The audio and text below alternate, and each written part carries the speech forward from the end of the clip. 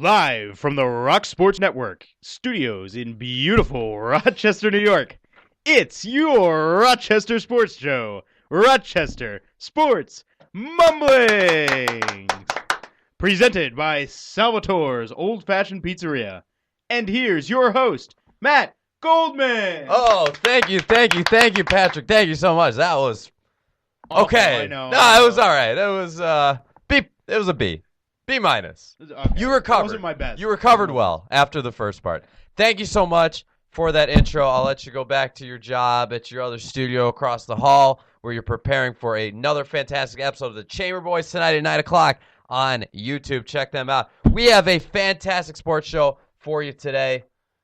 DJ's here. Everyone's checking in, looking at the new studio. This is exciting. SoccerSam Fauntazzo will be on in just a few minutes to talk about all of the exciting changes coming in the indoor soccer world. Shocking news. It seems like we don't have any official word, but it seems like the Rochester Lancers are withdrawing from the MASL along with the Baltimore Blast and possibly, according to rumors, the Syracuse Silver Knights. Again, none of this is confirmed, but we will get this straight from the horse's mouth in just a few minutes from SoccerSam, the legendary SoccerSam Fauntazzo. If you're listening live on the Mixler, and I hope you are, thank you for joining us. Not only will we have SoccerSam on, he'll be on at 2:10. Western New York Flash forward Becky Edwards, who scored a goal in Saturday night's big 3-1 home opening victory over the Boston Breakers at Salem Stadium. She will be joining us at 2:35. And then Christian Volesky, another Rhinos forward, who scored 2 goals up in Montreal on Saturday afternoon in the Rhinos' 2-1 victory over FC Montreal, will be joining us at 2:50. And a ton of other sports news from Rochester going on. I'm so excited to talk to SoccerSam in a few minutes. You know what? If you're listening live, you have a fantastic opportunity right now to win 4 tickets to the Rhinos home game Saturday night against Toronto FC 2. That will be a 7:05 kickoff at Salem Stadium. It was a great crowd for the opener. Should be another good crowd for Saturday night. The Rhinos are undefeated on the year, 5-0-2, first place overall in the USL, and they're playing Toronto FC, who's struggling so far. 1-3-1, have conceded 13 goals. So it might be a chance for Christian Volesky and the other forwards to net some more goals on Saturday night. Your chance right now to win 4 tickets to the Rhinos match on Saturday night. Here is your Rhinos trivia question for today. Who scored a hat trick in the 1998 A-League Championship game? Again, your Rhinos trivia question for today to win 4 tickets to Saturday's home game. Who scored a hat trick in the 1998 A-League Championship game? I'm now joined by John from Leroy Discount Liquor, our first sponsor. John, welcome back. Grab a mic. And did you just hear the trivia question? Who scored a hat trick in the... Don't answer it, please. I don't think I know this one. That's really in the 1998 A-League Champion. This was before your time in Rochester, right? That is correct. But this was during the glory days of the Rhinos in the A-League, and the person who scored.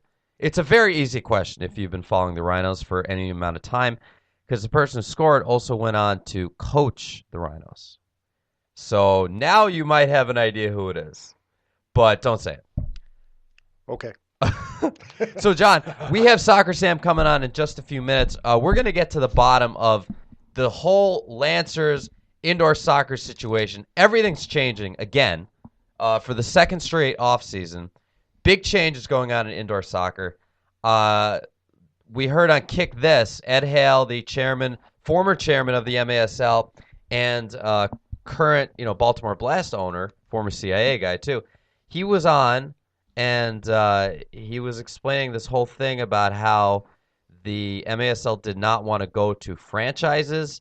They wanted to stay as a single entity league, and his lawyers told him that it was not a good idea, especially with the Seattle Impact Dion Earl lawsuit that went on that implicated the entire MASL, and it makes sense that if it's operating as a single entity structure, then every owner is liable. Unlike a franchise. Now tell me, you know more than myself because you're a business owner. As a franchise, you would not be liable if one of the franchises got sued, correct? I don't know the details of the franchise versus single entity, but what I did get from all that was there were serious liability issues that the team owners, such as Ed Hale, felt that they should not carry as much liability as the MASL was expecting the teams to. And it really made sense from my limited understanding of the whole thing to have that desire to restructure the league in a way where the liability for each individual team is more reasonable than what the league seems to be expecting from the team owners. And it makes sense. The thing is, as a fan of indoor soccer and, covering it, it's a shame to see another league kind of having trouble like this, and there's going to be another split. Either there's going to, it sounded like there's going to be two leagues. I think there's going to be two high-level professional leagues. Again, although the PASL was never really, I don't think, as high as the level of the MISL, right? But I think now you might have two high-level leagues. It never seemed to be. Of course, the PASL does have those storied franchises like the San Diego Sockers, who are well established. And the Dallas sport. Sidekicks, Dallas Las Sidekicks. Vegas. Las Vegas Legends? Legends, yes. Yeah, where Dominic went. Yes. Dominic. But it does seem like there's a possibility for two leagues, and it's really a shame. You want to see stability in the sport. You want to see franchises. You want to see the teams in the same league year after year, and you want to have more teams to play. You don't want to have to go to BCA and see Rochester against Syracuse 8 times a year. I know that could get a little boring. That's what worries me. If it's only Rochester, Syracuse, Baltimore, Harrisburg, and maybe Detroit. Although I doubt Dominic would want to come over to the new league. He seems like we need to talk to Dominic about this. I think we do, but he seems like more of a PASL guy. And to me, Dominic said before, a little bit jokingly, with a sense of humor to it, that Ed Hale and him don't get along. That's right. He said get along. He did say, you're right. He said on our show, I think like 3 times that he doesn't like Ed Hale.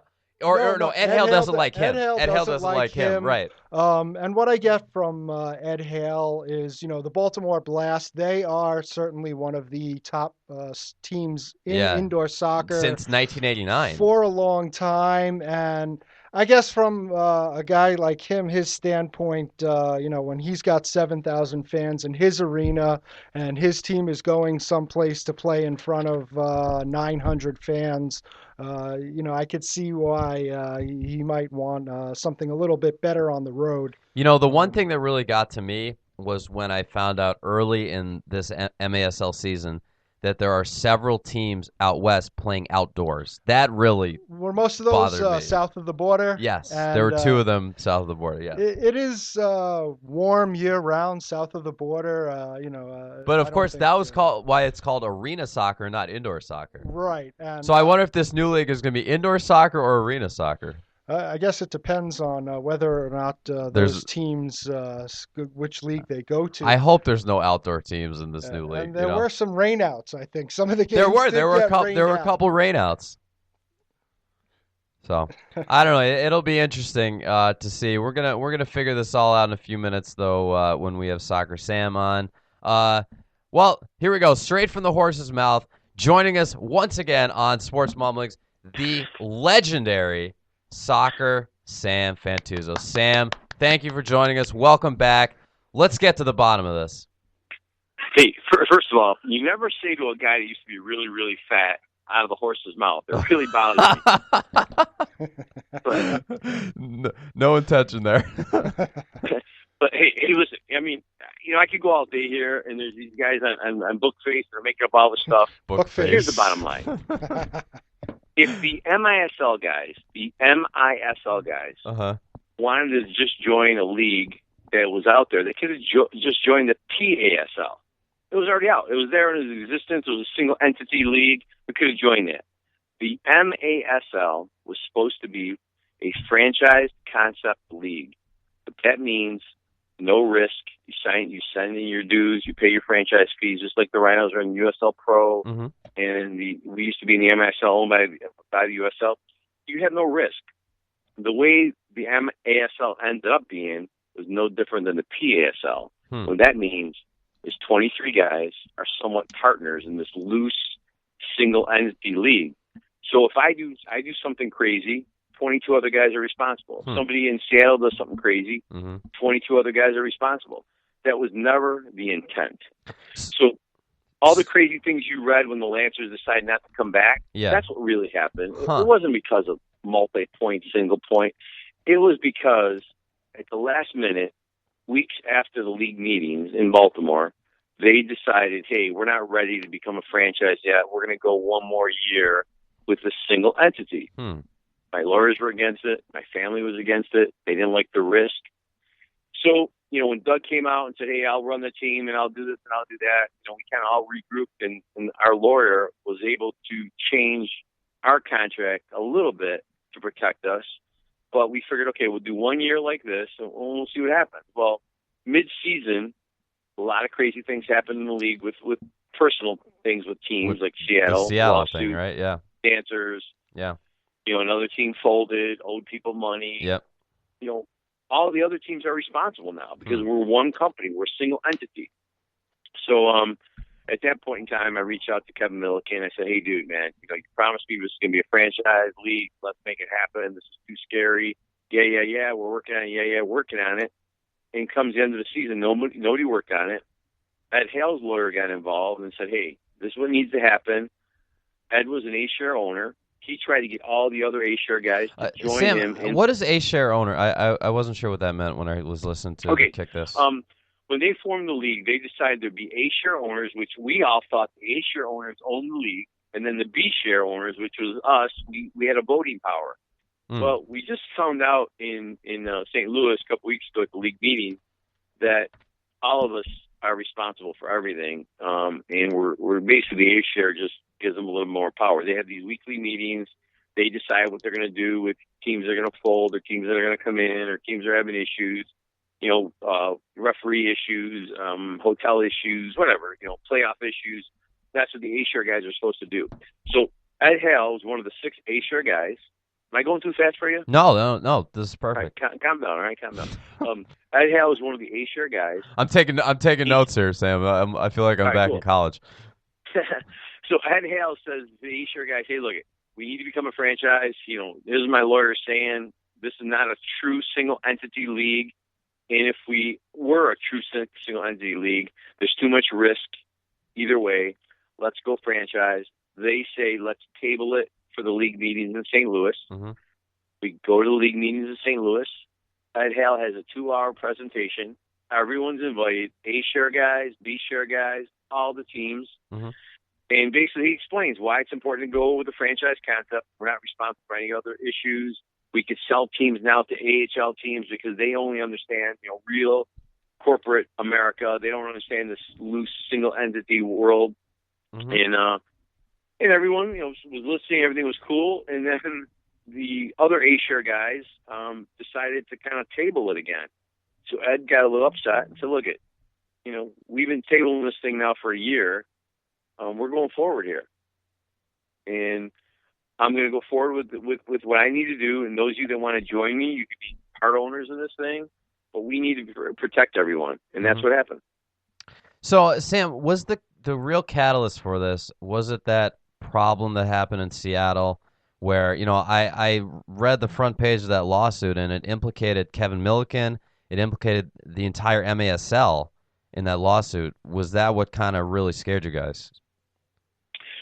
I think all of us in the MASL that understood the franchise concept wanted that prior to even going to the original league meeting in Baltimore. And that was supposed to happen.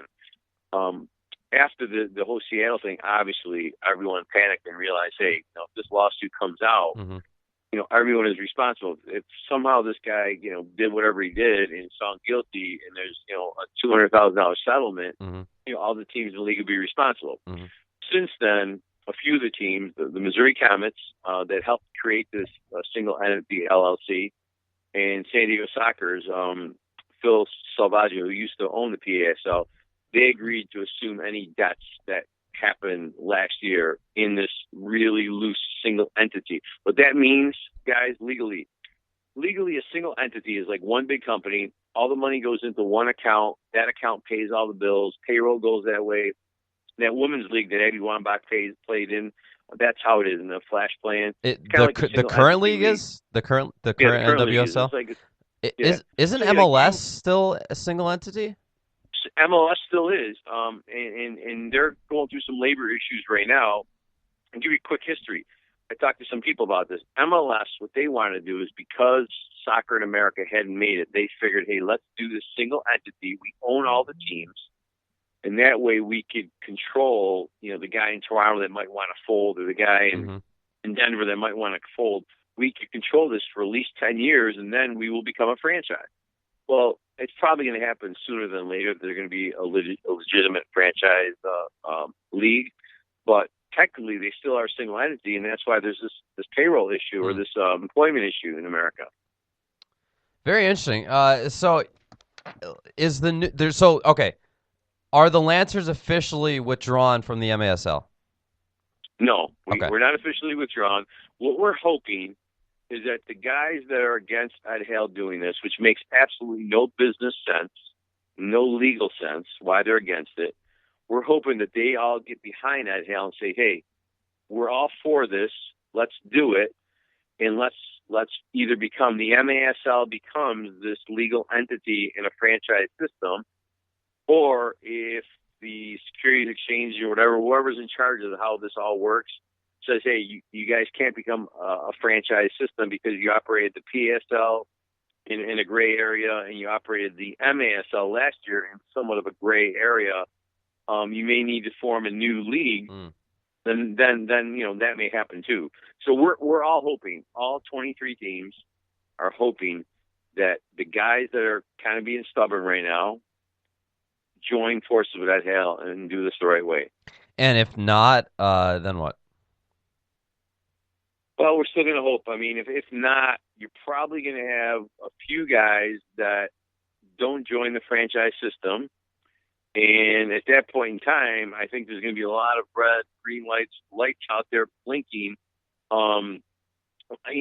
Without getting too technical here, it's illegal. It's illegal to operate a single entity league and have 22 or 23 different corporations or LLCs operating their own companies. You're infringing the franchise laws. So you can't really do what we're doing. We're not one company. Nobody knows my books. Nobody knows what I'm spending.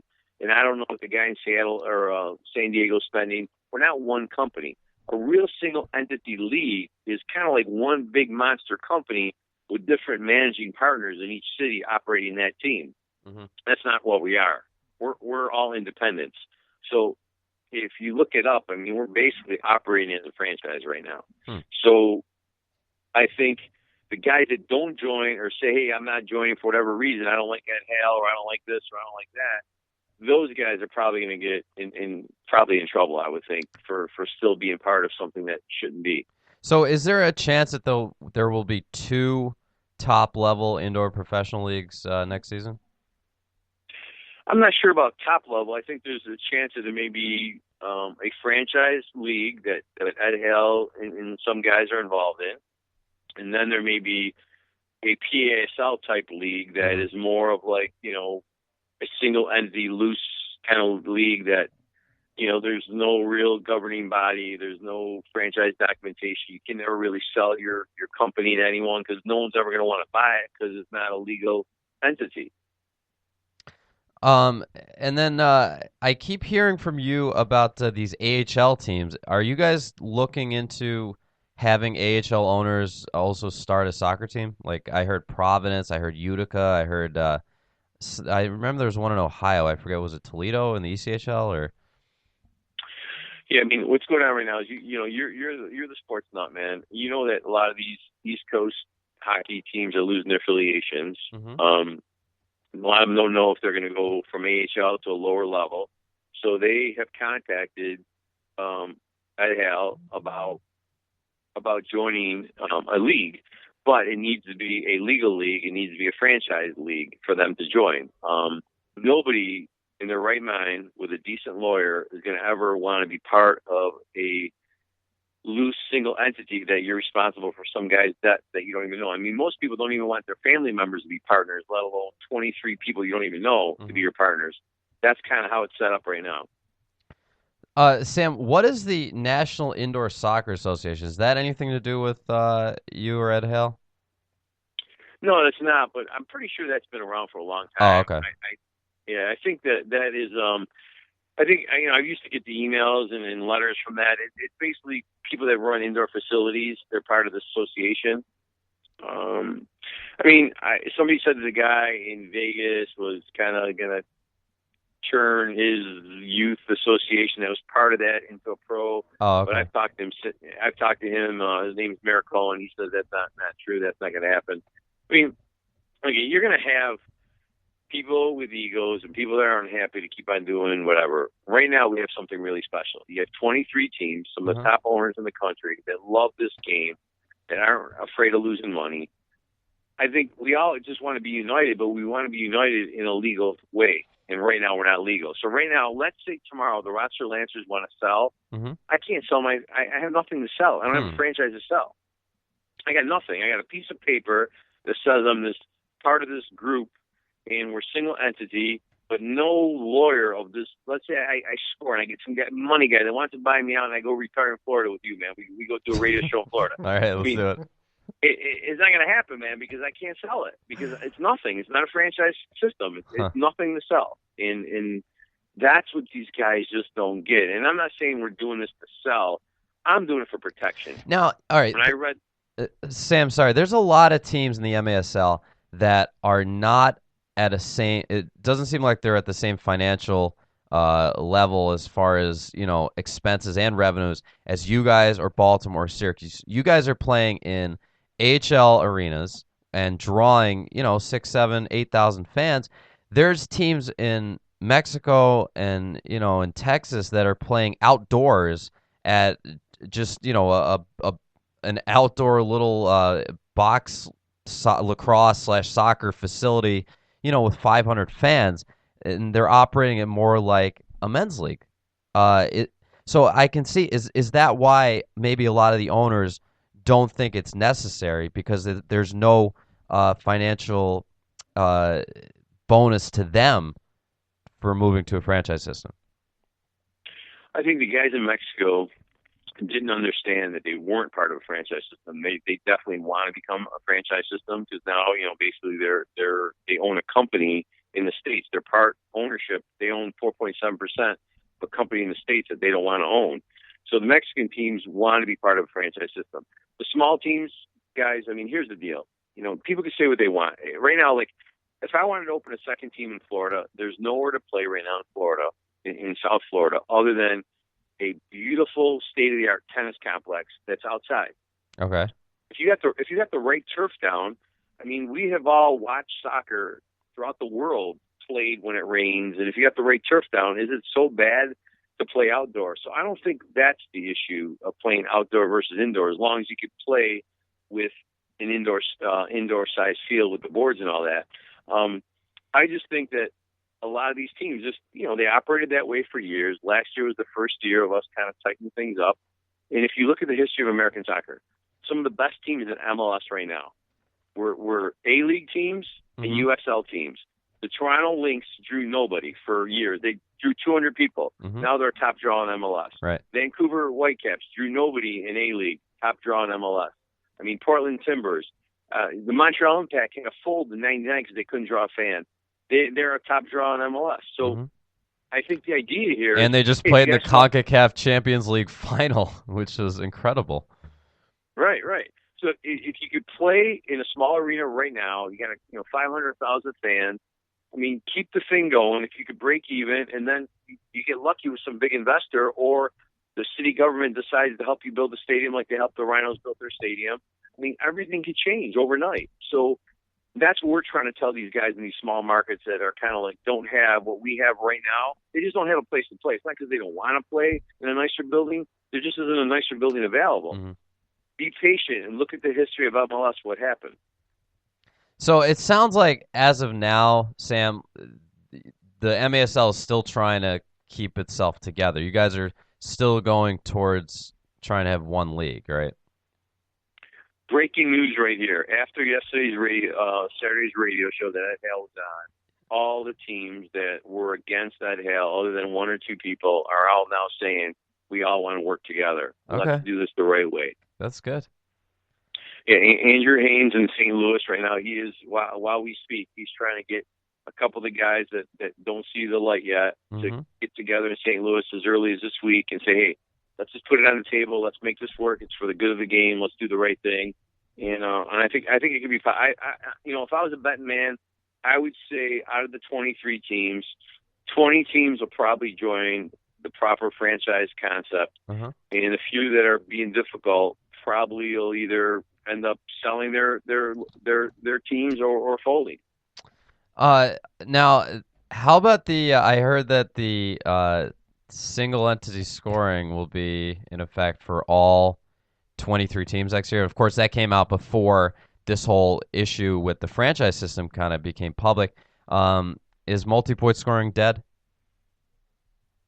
I think it's dead. Yeah.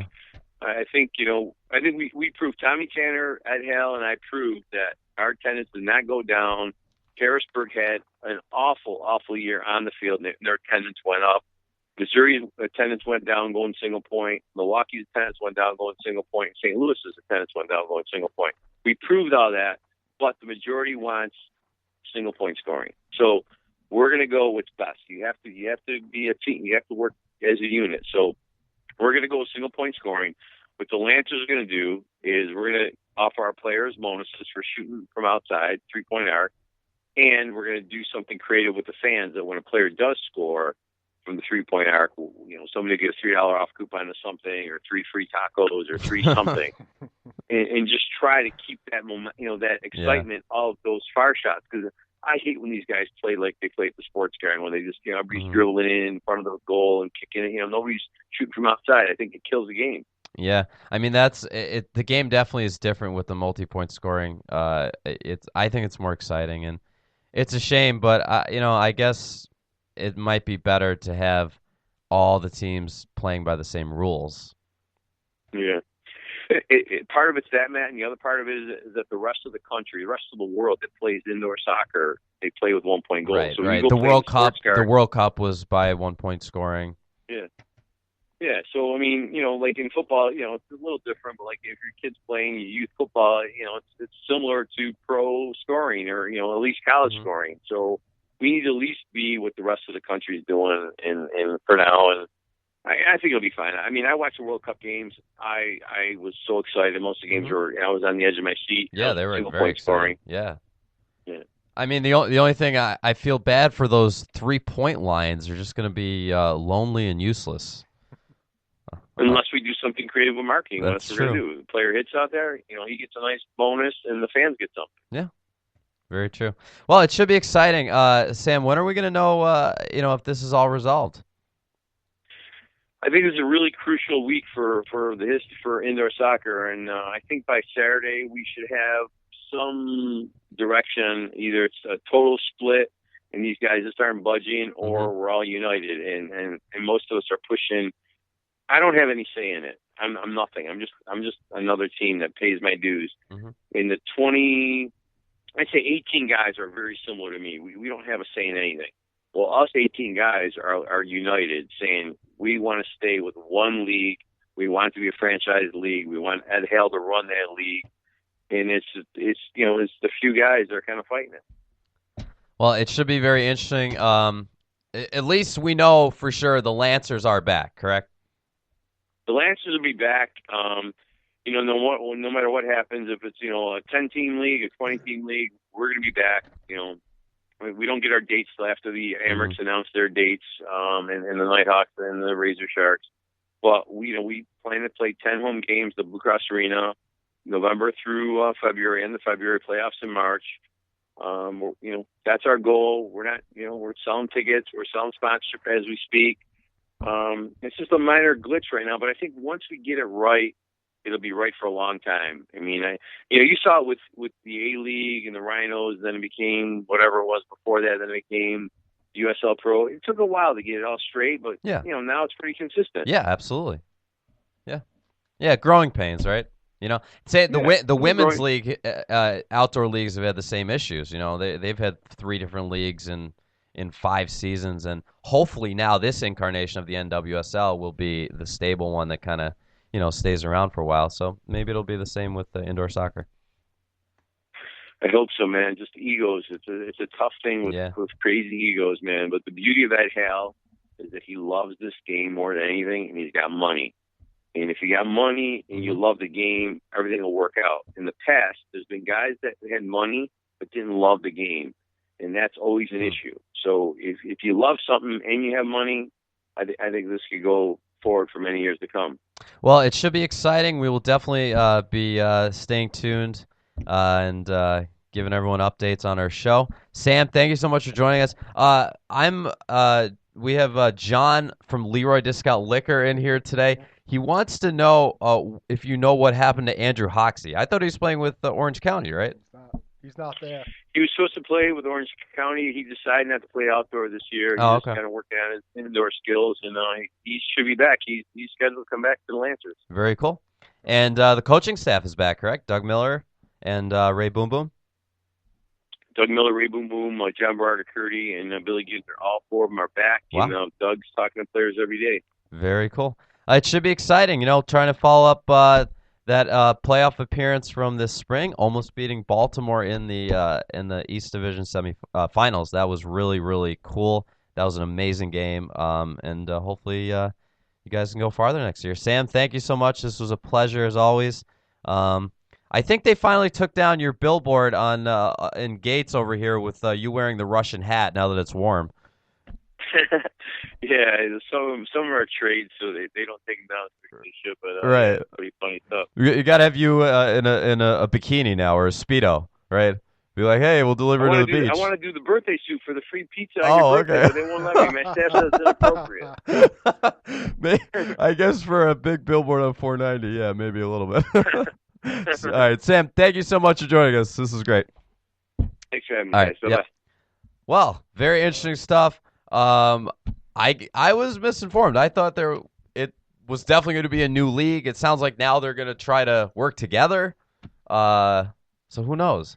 Well, maybe a little bit of brinksmanship from Ed Hale, kind of, and maybe, Sam, maybe a little gamesmanship to put it out publicly. Pushed it a little back into that direction. Like Sam said, if you have money, you could make things happen. We are going to have Becky Edwards from The Flash on in just a minute here. They had a huge 3-1 victory over the Boston Breakers at home Saturday night. John, you were our original sponsor. Do you want to give your business a plug real quick? Sure, why not? Even though I think John did a much better job than I John could. Does do a good job, doesn't he? He did a very good job.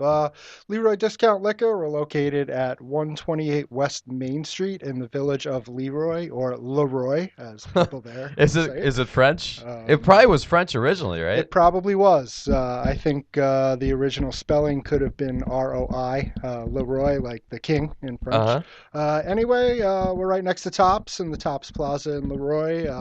Sell a lot of wine and liquor. Most of our stuff is reasonably priced, under $15. We have a great selection of wine, and also trying to build up our whiskey selection a little bit. Nice. Come in and ask us for some recommendations. I've tried most of the stuff I have in there. Not all at the same time, of course.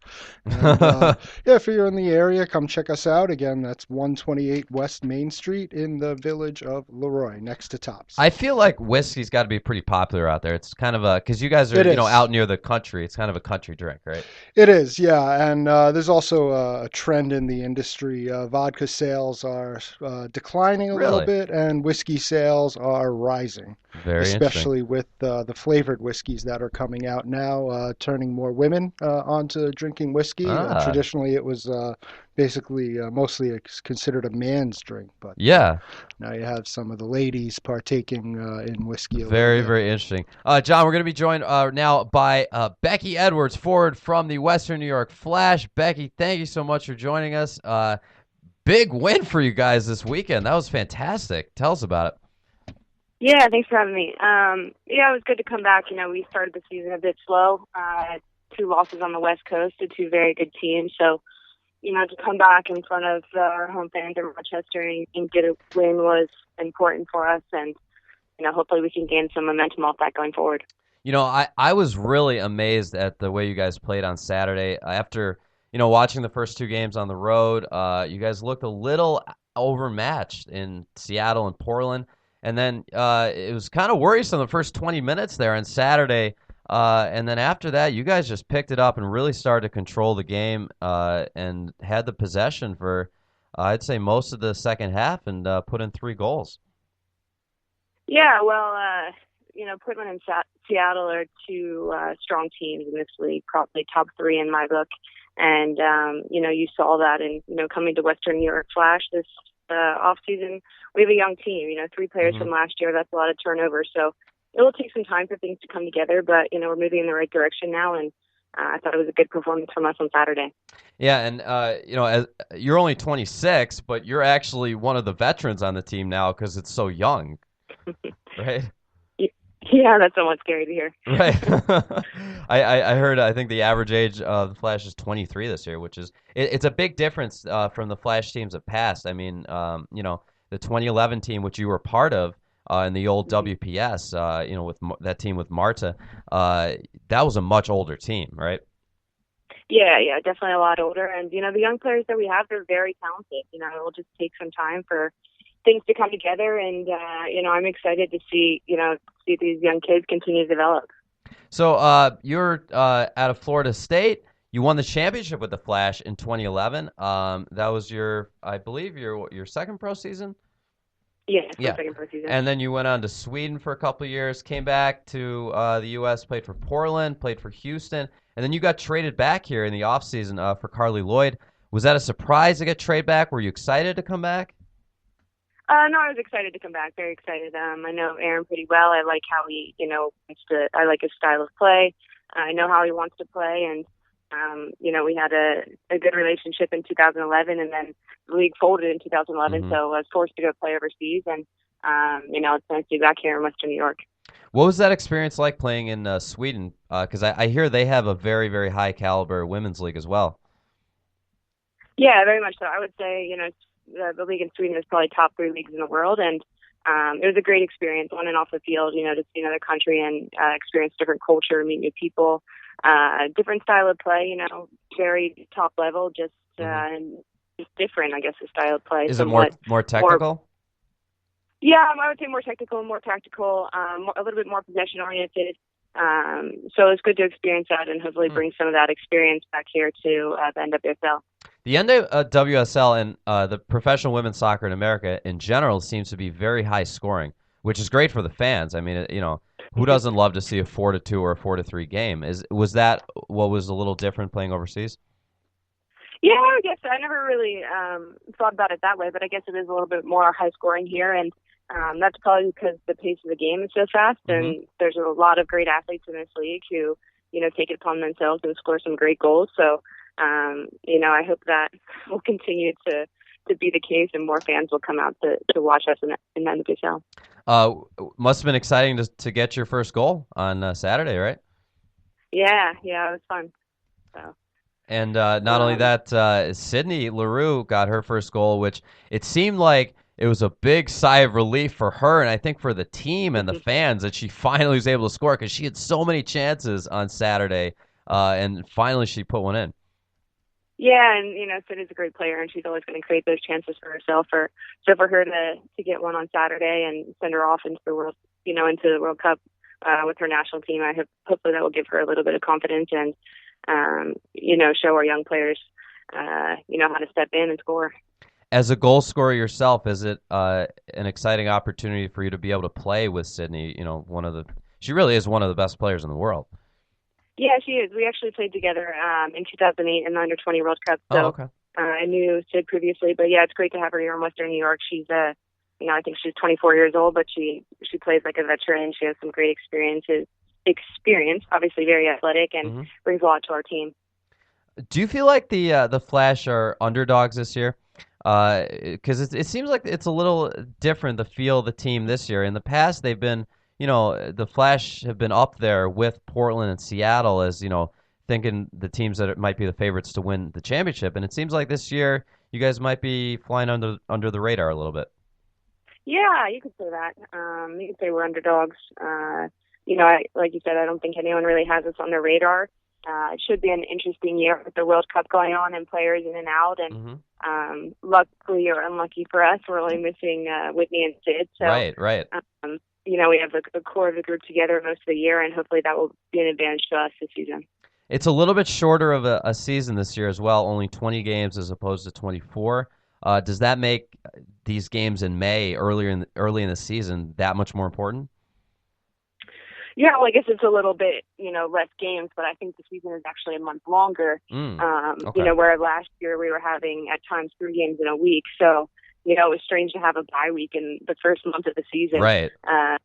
So I think, it just should be interesting with players in and out and, the scheduling of the whole season as players leave.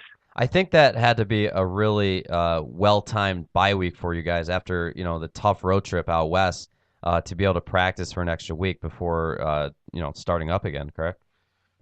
Yeah, I mean, they started us out with a bang on the schedule going out and playing two of the top teams in the league. So, 10-day road trip out there, that's, could be a little bit tough, especially for a team that's still coming together. But it was nice to have that bye week and come back together in training and work on some things. And, obviously get the win on Saturday and hopefully we can continue to build off of that. So Friday night, another home game against Kansas City. Kansas City is coming in with a 2-2 record. What are you guys expecting from them? Yeah, well, Kansas City, the first 2 years in the NWSL have been played great soccer, very possession-oriented, top-level players, and it's always a challenge playing them. So I think it'll be a good matchup on Friday, and looking like good weather, so hopefully we'll get a good fan base out there. And weather's unbelievable. This is great. Yeah, we're looking forward to playing home again. And Friday night, the Flash have a really cool promotion going on. It's 3-2-1 night, $3 general admission tickets, $2 drafts. I don't know if it's before the game or the whole game, and $1 Salem's hot dogs. So it should be a good crowd Friday night. Definitely hoping to see people come out and check out the Flash. They're definitely playing well. Becky, this was awesome. Thank you so much for joining us. Yeah, thanks for having me. Hope to see some fans out in Rochester on Friday. Yep, absolutely. That was Becky Edwards of the Flash. Again, they looked great Saturday night, John, in their home opener. I was really surprised because watching the first 2 games in Seattle and Portland, they looked really, really outmatched. Like they just didn't even belong in the same class. Boston comes to town, who's not a bad team, and the Flash just dominated them. They looked like they did last year when they used to dominate teams at home. And it was nice to see Sydney Leroux score her first goal. It was definitely nice. You look like you got something to say, or what? No, I haven't been following the team since Marta left us. I have to admit, that was some season. Yeah, that was a while ago. That was the last time that Becky Edwards was here. That was 2011. Rochester Sports and Physical Therapy, 125 Red Creek Drive in Henrietta, is your home for all of your physical therapy needs. Conveniently located right off of 390, exit 13. Just make a left. It's really easy. My physical therapist, Katie, she's been doing this for over 20 years. Edna is also unbelievable. Whether you need a rehab from knee surgery like I did, back pain, shoulder problems, sprained ankle, anything like that, go to Rochester Sports and Physical Therapy. Here is the best part. You don't even need a prescription from your doctor. Most insurances cover at least 10 visits to a physical therapist for any reason. Give them a call today to schedule your first visit. 334-8090. That's 334-8090. John, we're going to have Christian Volesky from the Rochester Rhinos in about 5 minutes. I know you do watch the Rhinos, correct? Yes, I watch most of the USL games, actually. They stream almost every game on YouTube. Which is really cool, yeah. It's really cool. I'm at work. I don't have a TV. It gives me something to do, and I could actually follow a sport since I'm able to see all the games. So you've watched a lot. You probably watch more USL games than myself or John Cargill. Tell us, obviously, the Rhinos, they're first place overall in the USL. First of all, are you surprised? I am. I think almost everyone's surprised.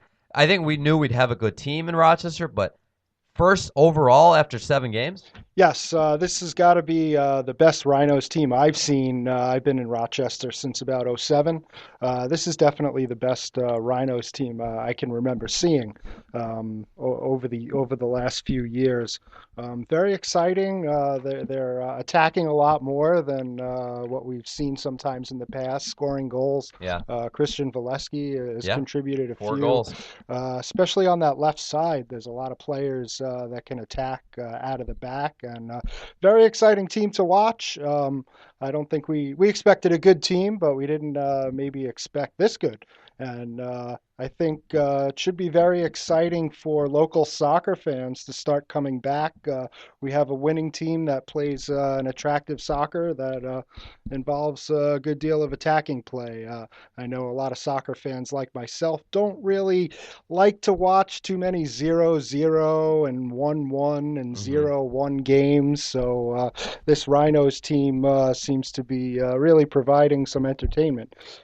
I know that was one thing that you complained about last year. I mean, it wasn't only me. Although the team was excellent last year, and they went to the playoffs and they played LA Galaxy 2 and only lost by a goal. They were the best defensive team in the league, which they are again this year so far. They've conceded 3 goals in 7 games, which is incredible. Yes. Leading the league in defense again, but they're scoring more goals this year. Yes, and that has always been, I think, the missing piece of the puzzle for Rhinos teams over the years. And this goes way back quite a few years. And I know in this league, it's kind of hard to find those guys that can finish. If they can, they usually don't stick around for a long time. Yeah. But the Rhinos' real test, I think, is when they're going to be playing Charleston Battery and Richmond Kickers, who seem to be the other 2 strong contenders in the Eastern Division. The other teams don't seem to be quite up to that level. So I would really expect one of those 3 teams, including the Rhinos, to probably finish at the top of that division. I mean, the Rhinos have beat up on Montreal so far. 5 goals scored, 1 allowed in both games in Montreal. Yes. They don't look very strong. They look very young. It's 19 and 20-year-old kids all from Quebec. Yes. Now, Toronto, I'm kind of expecting the same thing. I think it's probably all kids from Ontario, probably very young, and they've conceded 13 goals already, just 1 win in 5 matches. I think the Rhinos might be able to beat up on them a little bit this Saturday. I definitely think so. The MLS reserve teams that have entered this league, especially in the Eastern Division, don't really seem to be up to the USL standards. Which is interesting because the teams that entered last year, LA Galaxy, and what was the other one last year? Or were they the only one? LA2. Well, LA2 won the was championship. A very good team, and it's a lot different on the West Coast. On the West Coast, you have Real Monarchs, whose record really doesn't show the whole story of how well they've been playing, and you also have Seattle too, and we wouldn't expect Seattle to put garbage on the field. Right. They have some excellent talent on Seattle too. I believe they're in first place in the West, but the Western Division does seem much more competitive than the Eastern Division overall. Real Monarchs, the Real Salt Lake reserve team that's in this league, pulled out a very impressive win over Sacramento Republic last week. Really? Yes. And it's really interesting to me how some of these MLS reserve teams are going. Obviously, Montreal and Toronto, I don't think they're really trying to make any money off of them. When the Rhinos played in Montreal, they're playing at a side field adjacent to Stade Saputo, with a couple hundred fans, it looks like. That might be generous. Crowd was really small, and the Red Bulls too. Yeah, they were playing. They have they're a little bit better than I think their the announced other crowd ones. was 200 something but, for the opener. John, hold on. We have on the line from the Rochester Rhinos, who we're just talking about, off to an amazing start, Christian Volesky. Christian, thank you so much for joining us. Yeah, no problem. How you guys doing? Awesome. Man, you got to be pumped about how this season is going so far. Absolutely incredible. 5-0-2, the Rhinos, first place overall in the USL. And for yourself, this is your first pro season. You're now tied for fourth in the USL in goals, 4 goals in 7 matches, all coming in Montreal. So, Christian, my first question is, why? Is it the poutine? Is it the halftime poutine? I couldn't tell you why, but I think the team is coming together very nicely. We got a lot of chemistry together, and we've been fortunate to get 7 results, 5 wins, and 2 draws so far, and we're excited the whole season has for us. What is it about you, though, that you just really like playing on that turf field next to Saputo Stadium there? 4 goals all in the second half. It's amazing.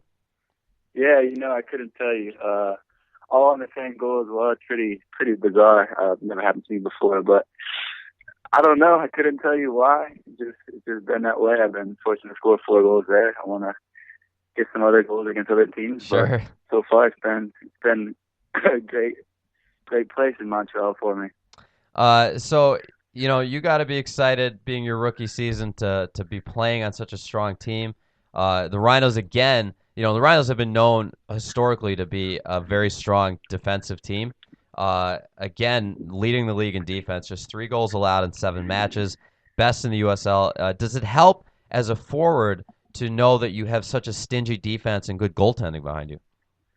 Yeah, definitely. Defending is the number one focus here. All players defend behind the ball. We get behind the ball, and it's just a good focus for everybody. So we all help each other out that way, and definitely that's how you win games, and we've been fortunate to defend well, and doing so, it's definitely helped us a lot and gotten some good results because of it. Now, Christian, you got to be excited about this weather we're having. I know you come from right outside of Vegas, Henderson, Nevada. It had to be interesting for you to come to Rochester, your first pro season, and you're playing in preseason games in March and training outside, and it's in the 20s. Yeah, I was complaining a bit about it, but it definitely helped. Now it's cooled down a little bit, or warmed up a little bit, and it's been exciting, and I'm glad to be here now. Now you played at FC Tucson, which I saw a match down there during the Desert Diamond Cup last year, and that's a pretty cool facility. They get some good fans down there. Yeah, it's awesome. I was actually there for preseason with the Timbers, and it's a great environment, and I couldn't be happier about what they did for me and the community and everybody that backs that. That whole backing there is really, really good. Did you play with Min Vu down there? I did not. I just learned that he is from Tucson, but he didn't play with me when I was there. Oh, okay. No. Yeah, it's very it's cool to have 2 Tucson connections on the team. Yeah, it is pretty cool. So Toronto FC 2 coming to town this Saturday night. First time you guys have played them. They're struggling a little bit, 1-3-1. They've conceded 13 goals in 5 matches. Are you guys expecting to really open it up against Toronto and really get some shots off? Yeah, I mean we've created a bunch of chances in most of the games so far. So I expect we want to play the same way and do what we've done so far. Defend first and then get opportunities and make the most of them. It's been fun to play for this team so far, and as long as we keep creating chances, I'm a happy player. Very cool. Are you enjoying playing at Salins? I know it's turf, which is not ideal, but it's a nice big wide field. Yeah, it's been good. I was pleased with the opening game, good fan base, and it was fun to be a part of it. Very cool. Well, it should be exciting. Saturday night, the Rhinos home again against Toronto FC 2.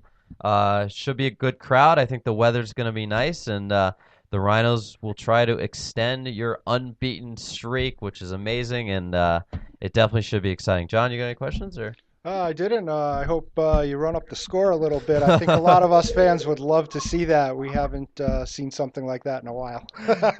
Well, Yeah.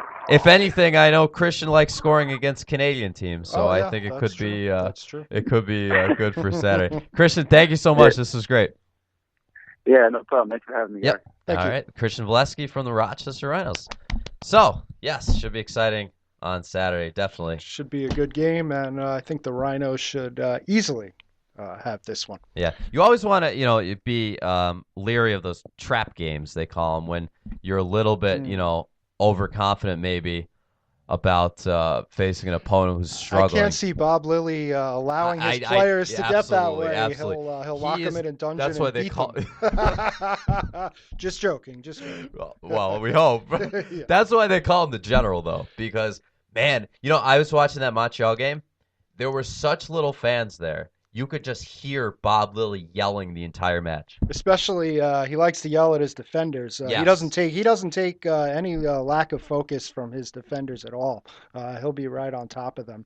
And as a player, maybe it's not for everyone, but I think if you want to really develop your game, it's a good place to be right now on the Rhinos with Bob Lilly as your head coach. Yeah, people say. There's a reason he's a USL Hall of Famer. Yes. He won an A-League championship with Hershey. He's been around. He seems to be getting better too, because some of the attacking play I've seen this year has been very creative, and it seems like he's got the total package now on both sides of the ball, and it'll be exciting to watch the Rhinos progress through the season. We got to tell you about Joey's Place. Our good friend Mark Sotili, former co-host who plays for the Rochester Lancers. This is his shop. Anytime I have a problem with my car, I bring it over to Mark Sotili, 936 Portland Avenue. He's got oil changes for you. If you mention the show, Rochester Sports Mumblings, $15.95 oil changes. He's been serving the community for over 5 years. Exceptional service. And trust me, folks, the best prices in town. 8 a.m. to 6 p.m. Monday through Friday. Saturdays is open as well. Give him a call today, 319-4562. 319-4562. So, John, this USL has been really, we knew it would be interesting coming in this year with 10 expansion teams. Well, I think 11 because one dropped out, right? The league's a lot bigger, right? And it's exciting to see these new teams. Even though maybe some of the MLS 2 teams we're seeing aren't quite up to standards yet, I think they'll get there. I wish, the only thing I don't like about this league is that it's separated into 2 conferences, and you do not play the other conference. I would love to see the Rhinos play Sacramento again, L.A., Tulsa, Seattle, Colorado. There's so many teams out there that they could play. Yeah, there really is. And, as a sports fan in this market, that's something that, I think all of us would like to see more of. We're used to it, though. The Amherst only play half of the league. The Lancers played this year a third of the league. But travel costs. Yeah, it's minor league sports. Travel costs are a big factor, and if local fans come out and support the team, then there's more money in the budget to improve that in the future. So, it's so important that we come out and support our teams every chance we get. Christian Neat. What's the official? Is it? I think there's a couple of different ways to pronounce that German CH, depending on what region of Germany you come from. Anyways, playing for Montreal. He was watching the first leg of the CONCACAF Champions League final at a bar in Indianapolis because he says he didn't get DirecTV. He didn't have Fox Sports 1. And then a couple days later, he got a call from the Montreal Impact. They wanted him in Montreal, and he gets the start. Oh, he did start in the CONCACAF Champions League final second leg in front of 61,000 fans at Stade Olympique, Olympic Stadium in Montreal. They get blown out 4-1 by Club America. 4-2 or 4-1? I think it was 4-2. Was it? Okay. I think there was a late goal. It ended 4-2. I turned it off after 4-1. I was kind of disappointed. Mm-hmm. He looked overmatched, but the whole Montreal defense looked completely overmatched against Club America. You could tell. I don't know how they secured a 1-1 draw in Mexico City at Azteca in front of 110,000 people. That was pretty amazing. Historically, it's very difficult for teams who are not from Mexico to go into Mexico and win. Right. You see, the U.S. national team I'm sure always they tried to struggles in play for a Mexico. draw down there. I didn't see the Could first be. leg, but it's still amazing that they were able to get a draw and then coming back. Disappointing that they couldn't, at least make it competitive. But you could tell the level of play in Mexico is a little bit higher than MLS, I think. Maybe we don't like to admit that, but could be. And it was his first start at this level. So Yeah, I mean, think he probably will only get better. He did say when he came over here to play with the Rhinos, his goal in the U.S. was to make it to MLS. So And he did. that's very good to see. Another goalie. We had another John goalkeeper. McCarthy. It's amazing the goalkeepers that come through here, and that niche went in a span of 3 years, went from the Rhinos to NASL. Yep. To MLS and to the CONCACAF Champions League, that's right? about the top level in this continent. It really, Yes, absolutely, yes, it absolutely. is absolutely amazing. And I know that McCarthy was in action this weekend for the Philadelphia Union. How did he do? They lost 1-0. He conceded a goal off of a free kick. He came really close to saving it, though. But I think he's got the starting job locked up for now on the Philadelphia Union. You couldn't be happier for a guy like him. He happened to be in the right place at the right time. Philadelphia Union had an international keeper who didn't quite work out, and McCarthy was on the bench and ready to go and got the shot, and he's really been performing well. I'll tell you what, if you're a goalkeeper, Rochester has to be such an attractive option if you're offered a contract just because of the history of all the goalkeepers that have come through here and made it to MLS. Absolutely. Starting with Pat Onstad way back in the day. Scott and then Vallow. Scott Vallow, I don't know if he ever made it. He trained, I know, with, I forget which MLS team, Houston or I don't know. I made that up. But he did train with an MLS team. I know that for sure.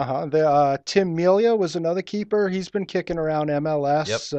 When did he play here? He hasn't really started in MLS, but like we see with John McCarthy. I do remember Tim Melia. Tim Melia, he had a great kick. He could boot the ball 80 yards down the pitch and very accurate with those kicks. I was kind of disappointed to see him go. We had Neil Kitson, who ended up he went to England. For a while. And he's out of soccer now. I'm not really sure why, but could be. And then John McCarthy, the latest goalkeeper to make it out of Rochester. Christian Niche, yep. Folks, I got a question for you. Who wants to lose weight?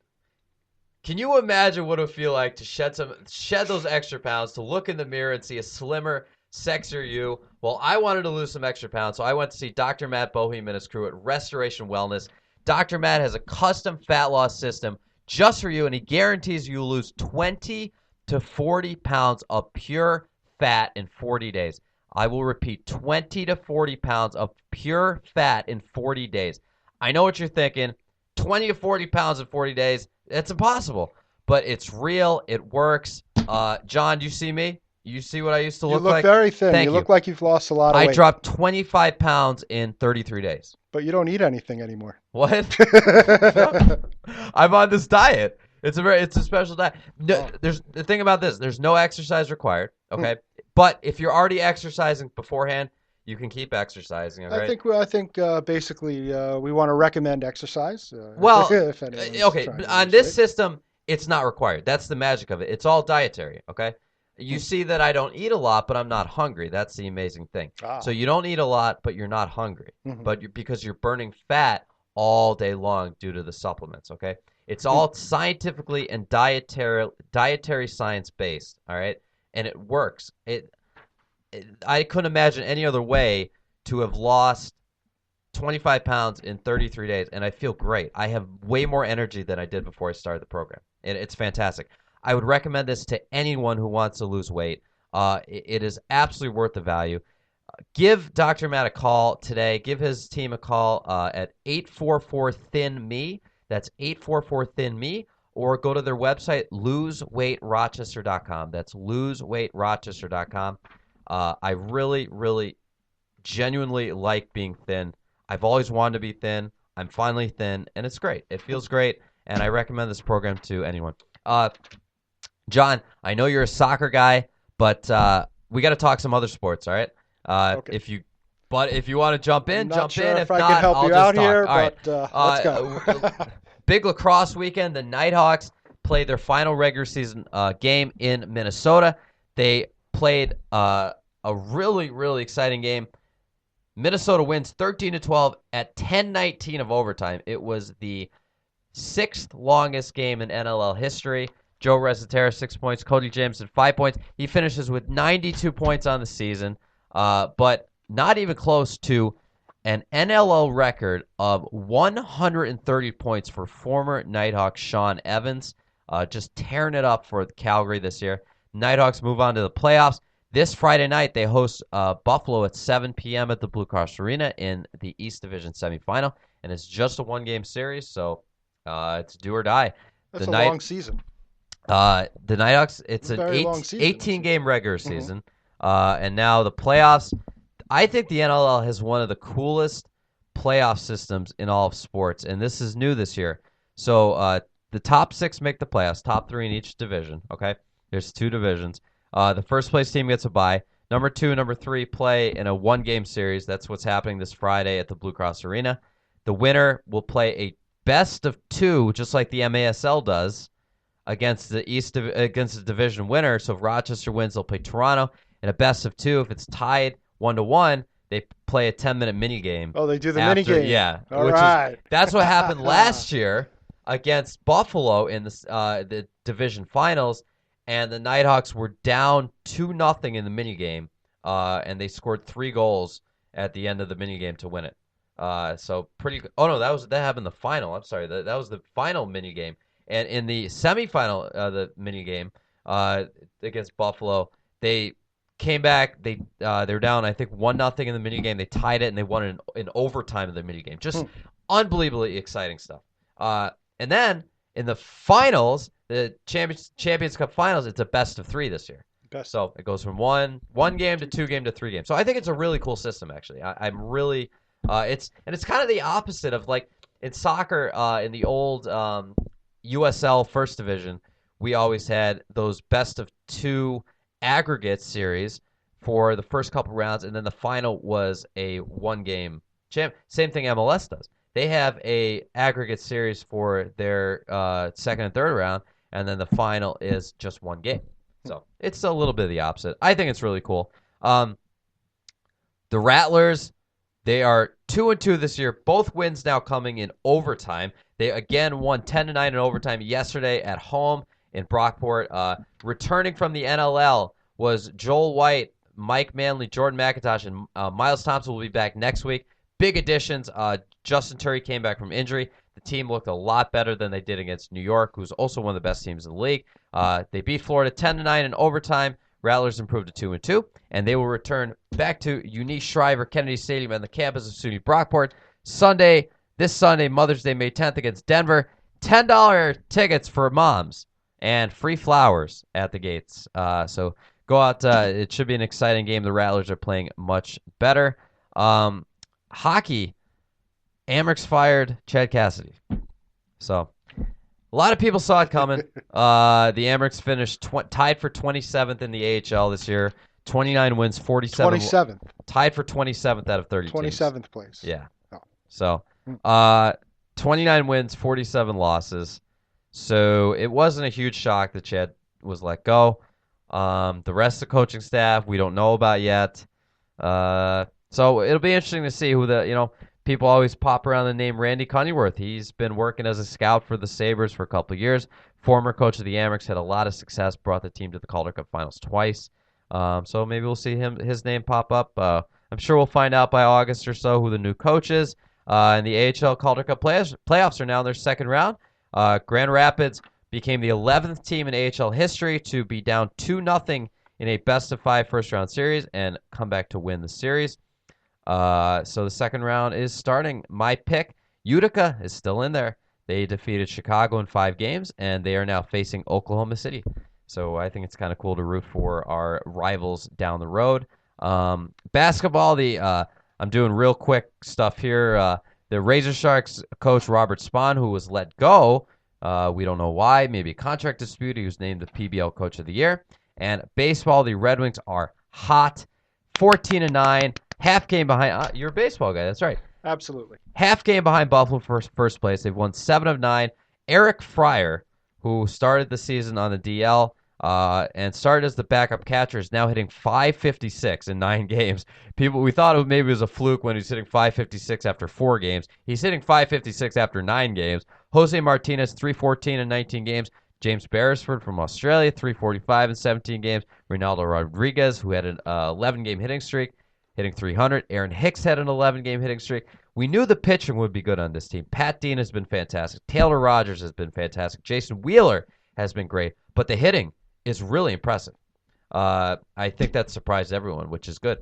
And just like in soccer, you want to see goals. You go to a baseball game, you want to see some runs, hitting. yeah. You want to maybe see a home run or two and a couple of doubles. And you know what? The Twins are actually playing really well. I think they started out awfully. They didn't score a run until like their 3rd or 4th game of the season against Detroit. They were getting killed like 13-0 to the Tigers. They're now above 500. They're 13-12, and I think the whole organization is kind of looking pretty positive this year. You know if Trevor Plouffe is still there? He is. He's playing very well. He's their star now. He bats cleanup. Where is he play? Didn't they switch him to first base before they left Rochester? Yeah, I don't know where. He was definitely one of the best hitters. He was a good hitter down here. Yeah, he was not the best shortstop that we ever saw. They switched him to first base because the last time I saw him, I think he was playing first base. He hit a triple that day too. That was right before he went up. Because I think, doesn't Joe Mauer play first up there? Because obviously Joe Mauer doesn't catch anymore. But I think Plouffe either DHs or, let's see, yesterday, he played third base. Third base. Yeah, he plays third. Yeah. He can play anywhere, I guess. Yeah. So, yeah, it's good stuff. These pitch timers have you been following this story? Definitely been following the story. I haven't seen them in action yet. I hate it. I think it's a terrible idea. It's goofy. I'll tell you this. And they're so big. They are huge. They're really big. The pitchers are, right after they started putting them in, complaining about how they could see them in their peripheral vision when they're on the mound. Absolutely. And, you really, on the mound, you want to really be concentrating. Your technique has to be absolutely perfect each time you throw the ball. And if you have this giant number in the corner of your eye counting down, it's got to be a bad distraction for you. So Friday night, May 1st, this past Friday, is when double and triple A baseball started the enforcement of the pitch clock, okay?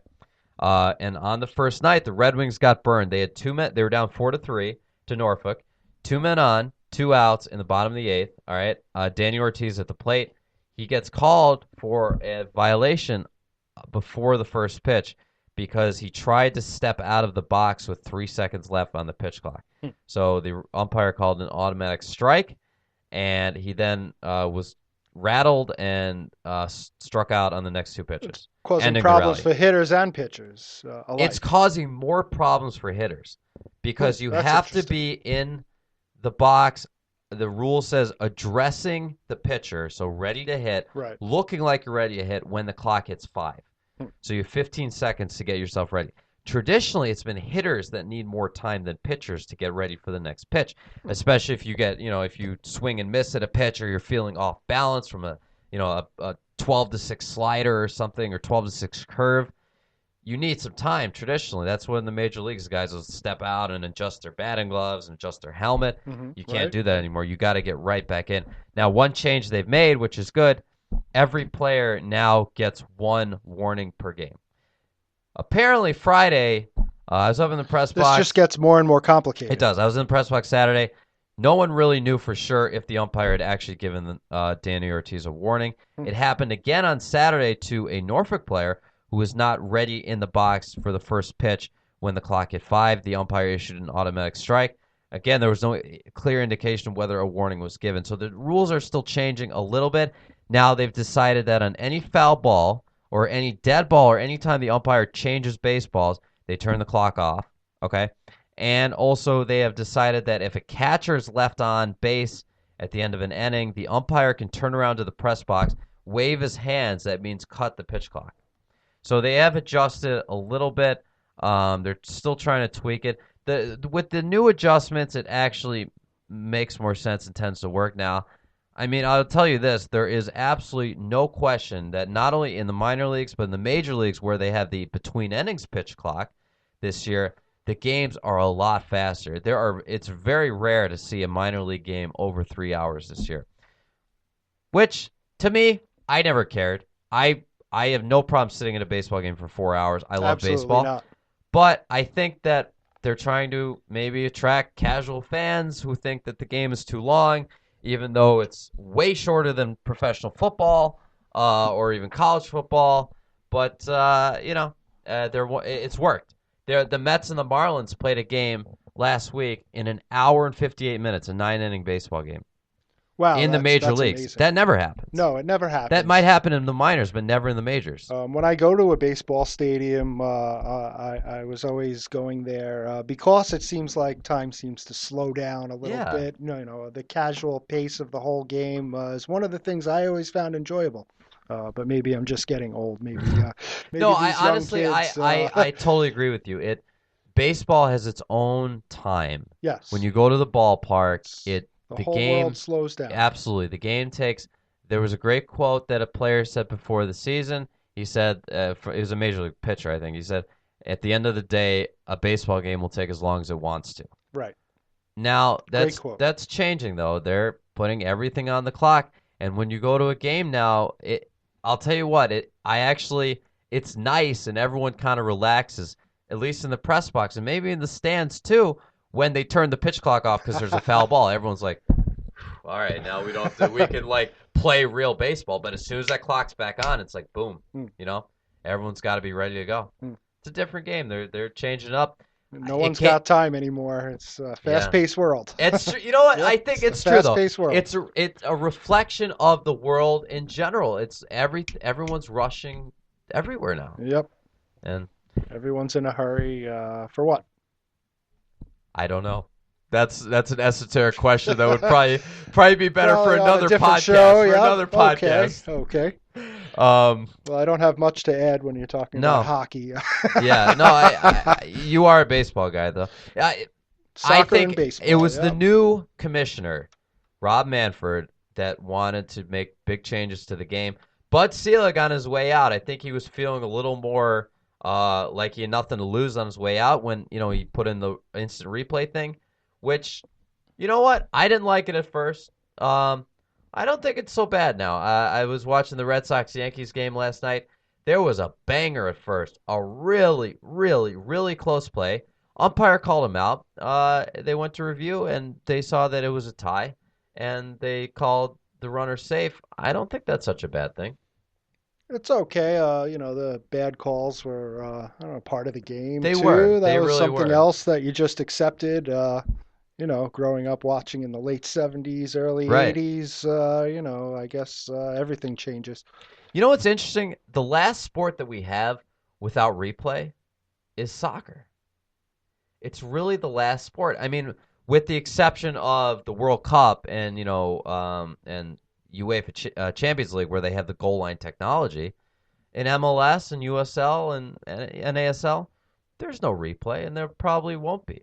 Which I think is good. The nature of the game doesn't really lend itself. The nature of the game doesn't really lend itself to having time for the instant replay. And, though, I was watching rugby, which is a similar, flowing game where the clock runs. They have replay for everything. They stop the game for everything and go upstairs and check. Every decision. It was so frustrating to watch. Was it rugby? Was it a league? Was it international? Rugby league. It was internet.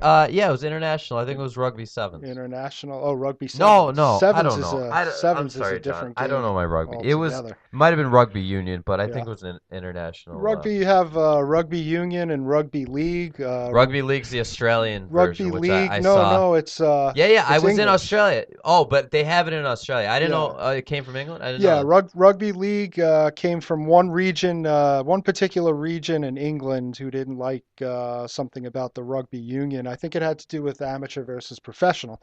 So they cut 2 players off the team and started a rugby league, which has slightly different rules. It's faster. It's definitely faster. A little faster, yeah. There's 2 less players. I think it's and then 7. There's 4 less players, or 5. Sevens is 7. You have union is 15, league I think is 13 or 12, and then rugby sevens is 7-on-7.